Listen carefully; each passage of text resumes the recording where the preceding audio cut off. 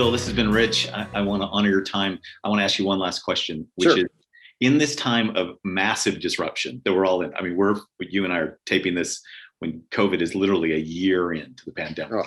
And everything is changing dramatically. How important are some of the leadership lessons that you've learned and that you guys are even talking about in the show for a world that is in lots of anxiety and lots of disruption?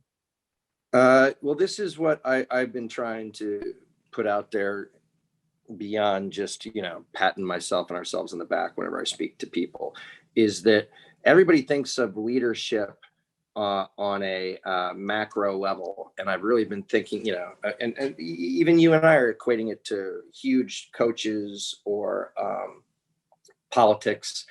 And I've really been looking at it on a micro level of whether it's in your family, do you know what I mean? Or with a group of friends, is people being vocal with optimism or hopefulness or even calm in the face of a storm. It's pervasive and it bleeds in ways that you don't even see it happening. And I always tell people a story of when I first realized this was a negative way, which is when I first ran a TV show.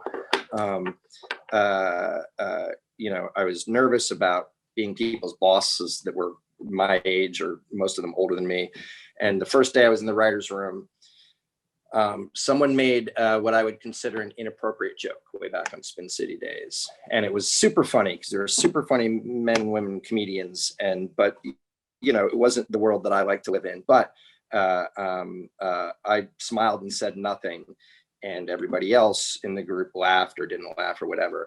And what I didn't realize is that I had just, as a leader in that small group, I had just given de facto permission to everybody to be inappropriate, and I didn't realize that. And a week later, I found myself in that writer's room going, why am I suddenly in this environment? And I realized it was because of that one tiny day. And so I had to take the time to go, hey, this was my mistake. Nobody's in trouble. Nobody's anything. But, and I set the tone differently a week later and it changed.